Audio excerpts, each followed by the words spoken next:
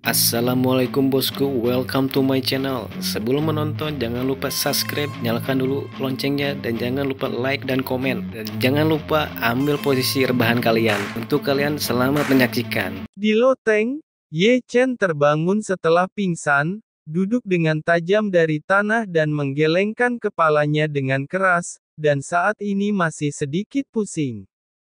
"Bocah, kamu sudah bangun." Segera, suara berbisik terdengar di benak Ye Chen. Suara itu adalah kakek naga. "Bocah, kamu benar-benar berhasil membuka roda abadi surgawi." Ye Chen membeku dan bertanya ragu-ragu, "Apa roda abadi surgawi? Apa itu pusaran air yang tadi malam?" Kakek naga menjawab, "Benar, pusaran itu adalah jalan surgawi roda abadi." Kakek naga tertawa, "Itulah kekuatan bawaan magis dari 6 mata roda abadi. Itu bukan jurus terlarang, tetapi dalam arti tertentu, itu lebih baik dan kuat daripada jurus terlarang mata roda abadi yang memiliki serangan api hitammu itu."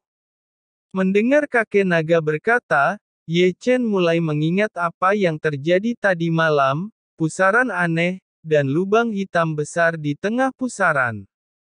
"Tunggu sebentar." Memikirkan bentuk pusaran, Ye Chen mengerutkan kening, dan bertanya, "Bagaimana perasaan saya bahwa jalan surgawi roda abadi agak mirip dengan lubang taiksu dari keluarga jurus klan naga kuno?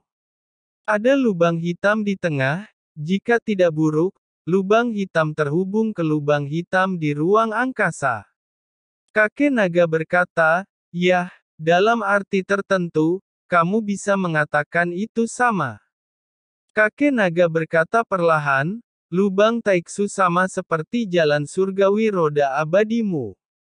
Lubang hitam di tengah pusaran terhubung ke lubang hitam luar angkasa." Setelah mengatakan itu, kakek naga berhenti sejenak dan melanjutkan, "Tetapi di sisi lain, jurus masing-masing tidak sama. Untuk melemparkan jurus lubang hitam seperti yang dilakukan Yin Ziping membutuhkan kekuatan jiwa naga, dan risikonya besar, tetapi jurus mata roda abadimu ini berbeda. Ini adalah kekuatan magis yang dipicu oleh 6 mata abadimu.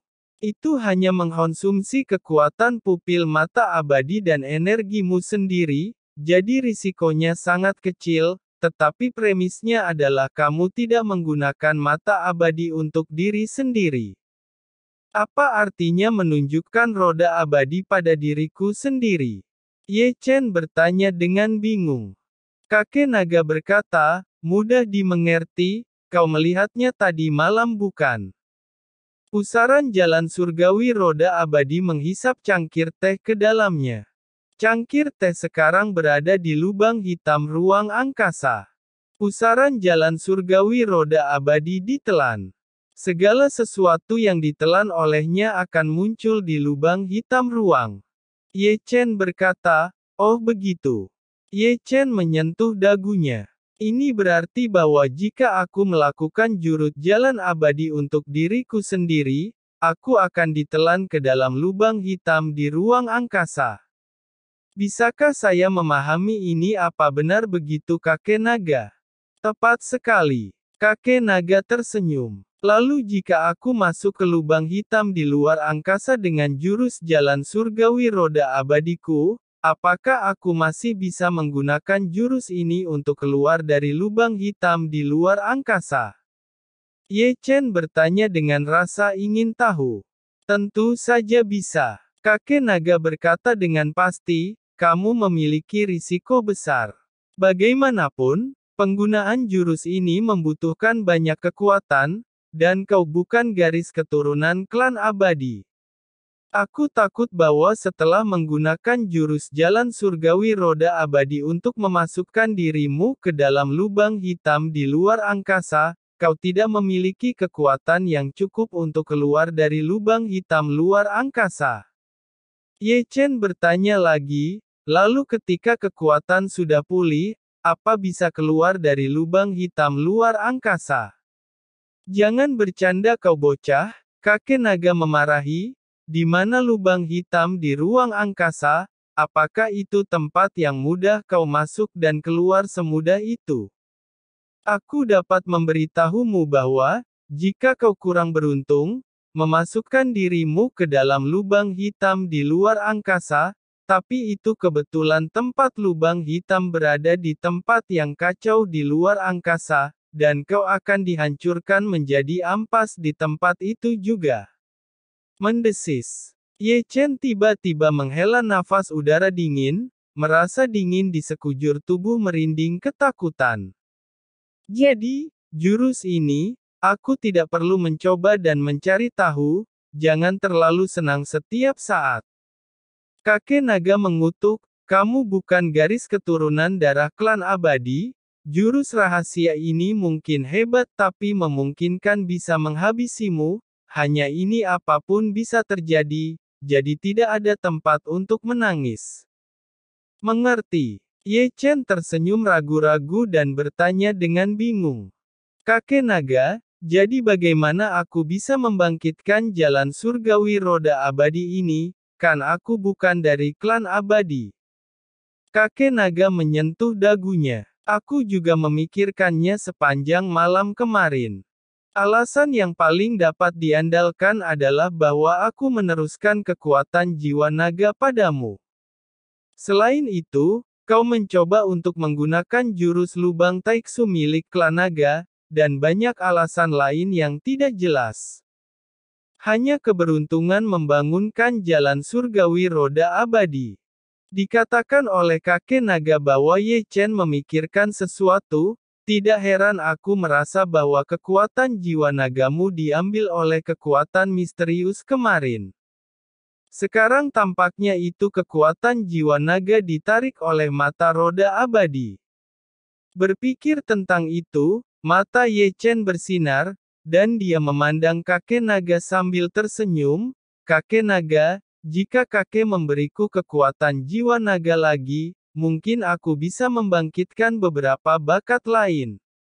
Sialan kau, kakek naga melirik Ye Chen dengan marah. Apakah kamu tahu apa yang aku bayar untuk memberimu kekuatan jiwa naga itu?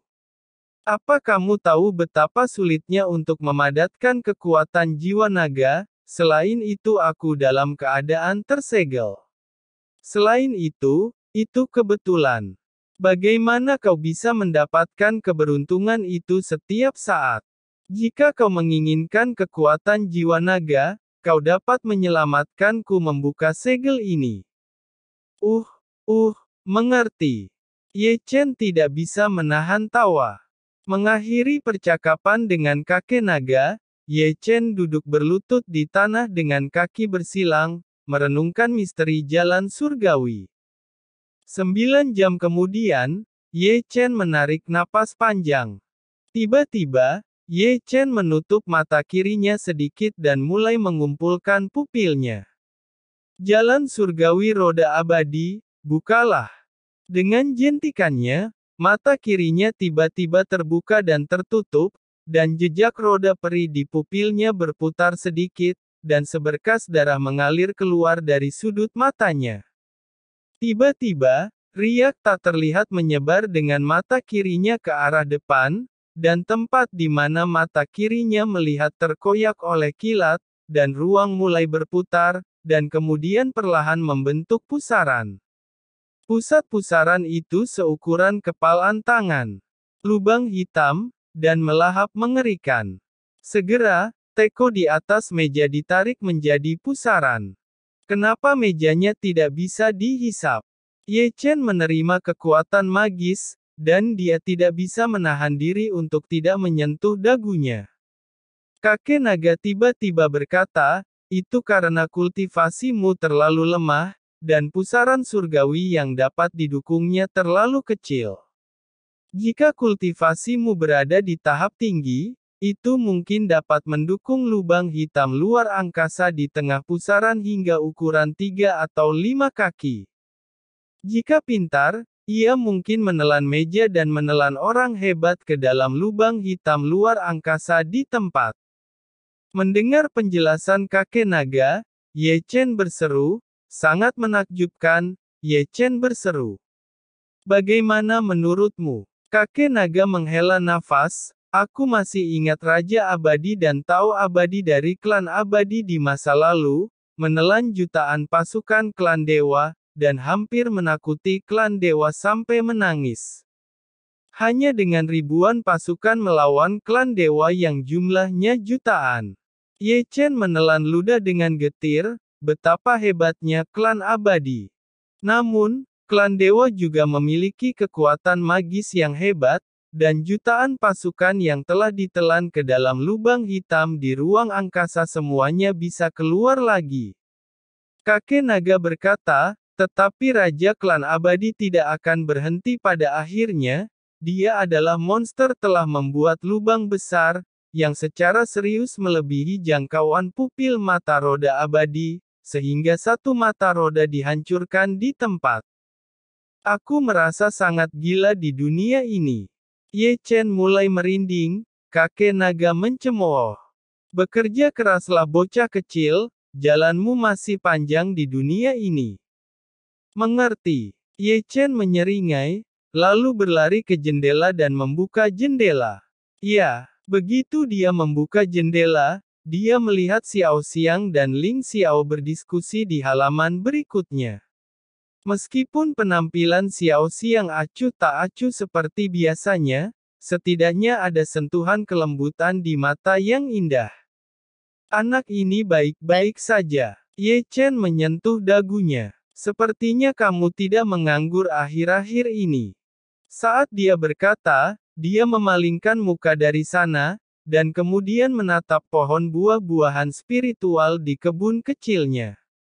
Kemegahan pohon buah roh meluap, dan setiap cabang bersinar dengan cemerlang, terutama buah yang tersisa tergantung di atasnya, yang masing-masing jernih, dan orang yang menontonnya ingin meludah. Angin sepoi-sepoi bertiup lewat, dan cabang pohon lingguo perlahan jatuh. Pada saat ini, mata Ye Chen juga memancarkan cahaya tajam, dan mata kiri sekali lagi menampilkan jalan surgawi roda peri, dan tujuannya persis cabang itu. Tiba-tiba, sepotong kecil ruang terkoyak oleh kilat, dan ruang itu mulai terdistorsi, membentuk pusaran surgawi, dan ada lubang hitam di tengah pusaran, dan pusaran yang berputar-putar, di tempat, juga menelan daun itu ke dalam lubang hitam luar angkasa. Setelah menerima kekuatan supernatural, Ye Chen mengangkat tangannya dan mengeluarkan sebuah batu kecil, yang terbang 50 atau 60 kaki. Dan ketika batu kecil itu akan jatuh, tanda roda mata kirinya berputar lagi, dan batu kecil setinggi 50 atau 60 kaki itu ditelan ke dalam lubang hitam ruang angkasa oleh pusaran surgawi. 50 hingga 60 kaki, jarak ini adalah batas jalan surgawi roda abadi. Ye Chen mengerang diam-diam. Juga, semua makhluk abadi yang terlibat dalam tampilan jalan surgawi roda abadi adalah benda mati. Jika itu adalah seorang kultivator, pada dasarnya tidak mungkin pusaran jalan surgawi roda abadi sekecil itu untuk menarik orang yang hidup ke dalam lubang hitam di luar angkasa. Ada juga kerugiannya. Jika ingin secara akurat menarik benda yang bergerak cepat ke dalam lubang hitam luar angkasa, kesulitannya akan sangat besar, dan kekuatan pupil mata roda abadi akan meningkat. Tampaknya kultivasiku benar-benar lemah. Ye Chen menyentuh dagunya, aku ingin memperpanjang jarak ekstrim yang dapat dicapai oleh pusaran jalan surgawi roda abadi, aku ingin memperluas jangkauan pusaran surgawi yang lebih besar, dan aku ingin sangat tepat. Untuk menelan benda yang bergerak cepat, aku harus meningkatkan kultivasiku sendiri. Butuh waktu lama untuk berlatih. Ye Chen tidak bisa membantu tetapi membelai mata kirinya. Ye Chen, Chu Xuan mendorong pintu dan masuk. Ye Chen berkata, Guru, aku belum melihatmu selama beberapa hari, apakah guru merindukanku? Ye Chen pergi ke taman dan berlari. Ya, aku merindukanmu. Chu Xuan'er melirik Ye Chen dengan marah. Sudah 5 hari, dan kamu belum keluar kamar. Aku benar-benar takut kamu melakukan hal-hal bodoh. Ye Chen berkata, lihat apa yang guru katakan, apakah muridmu tipe orang yang tidak bisa memikirkanmu? Sebenarnya tidak. Chu Xuan'er menemukan tempat yang nyaman untuk duduk, dan kemudian menatap Ye Chen dengan penuh minat. Katakan yang sebenarnya, kamu tahu sebelumnya bahwa kamu adalah berasal keluarga Wu Tian. Entahlah, aku tidak tahu guru. Kata Ye Chen dengan sangat bebas. Aku bukan anggota keluarga Wu Tian. Aku tidak pernah tahu mempunyai seorang ayah ataupun ibu. Guru mengerti. Chu Xuan'er membisikkan senyum, tapi sekali lagi, kamu memang memiliki darah keluarga Wu Tian. Ini adalah fakta yang tak terbantahkan. Apakah kamu menerimanya atau tidak, kamu berasal dari keluarga Wu Tian. Ye Chen tidak mengatakan apa-apa, hanya mengeluarkan kendi dan minum dengan santai. Apa keluarga Wu Tian sudah pergi? Melihat Ye Chen begitu, Chu Xuan'er tersenyum, dan kemudian menjentikkan tangannya untuk mengambil token. Token itu juga diukir dengan kata Wu Tian, ini adalah token pemilik keluarga Wu Tian. Dengan token ini, kamu dapat menikmati barang atau apapun di cabang keluarga Wu Tian manapun, ambillah. Chu Xuan'er tersenyum dan meletakkan token di atas meja. Ye Chen berkata, simpan saja untuk guru, aku tidak membutuhkannya. Beberapa hal yang tidak ingin kamu dengar, tetapi guru masih harus mengatakannya. Ini salah Wu Tian Xuanzhen, kamu bisa membencinya dan menyalahkannya, kamu juga berhak membencinya, tetapi kamu jangan pernah membenci ibumu, karena tidak seorang ibu yang akan meninggalkan anaknya dengan kejam. Mendengar kalimat Chu Xuan. Saya mengerti. Ye Chen tersenyum, tapi tersenyum sedikit kesepian. Nah, jangan memikirkan hal-hal yang tidak menyenangkan. Chu Xuan'er tersenyum lembut, ketika kamu ingin kembali, kembalilah. Jika tidak ingin kembali, aku sebagai gurumu aku tidak akan memaksamu. Memaksamu itu tidak berguna. Saya suka mendengarkan perkataan guru ini karena tidak ingin jauh dari kuyah. Ye Chen menyeringai. Jadi, sekarang mari kita bicara tentang dua orang itu. Chu Xuan'er memandang Xiao Xiang di sebelah jendela dan melirik Ling Xiao yang berlatih dengan Xiao Xiang. Apa maksud kedua orang ini? Ye Chen berkata, Tuan muda dari keluarga Ling, menyukai Xiao Xiang.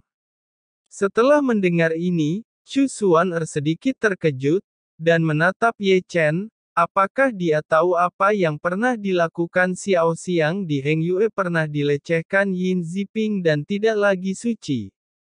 Ye Chen berkata, dia tahu, aku sudah memberitahunya bahwa Xiao Xiang tidak lagi suci. Ye Chen meminum seteguk anggur ke dalam mulutnya, dan kemudian dia masih menyeka noda di mulutnya. Chu Xuan berkata, apakah orang ini Xiao Ling? Orang yang dapat dipercaya, apa perasaan orang ini benar-benar tulus? Ye Chen menjawab, anak ini layak dipercaya. Benarkah? Chu Xuan'er tersenyum ringan. Ye Chen berkata, perasaan anak ini sungguh sangat aneh, takdir telah tiba, dan aku tidak bisa menghentikannya. Pada titik terendah dalam hidup Xiao Xiang, dia bertemu seseorang seperti Ling Xiao yang sangat penyayang. Chu Xuan berkata, Tuhan masih memperlakukan Xiao Xiang dengan baik. Memperlakukan Xiao Xiang dengan baik.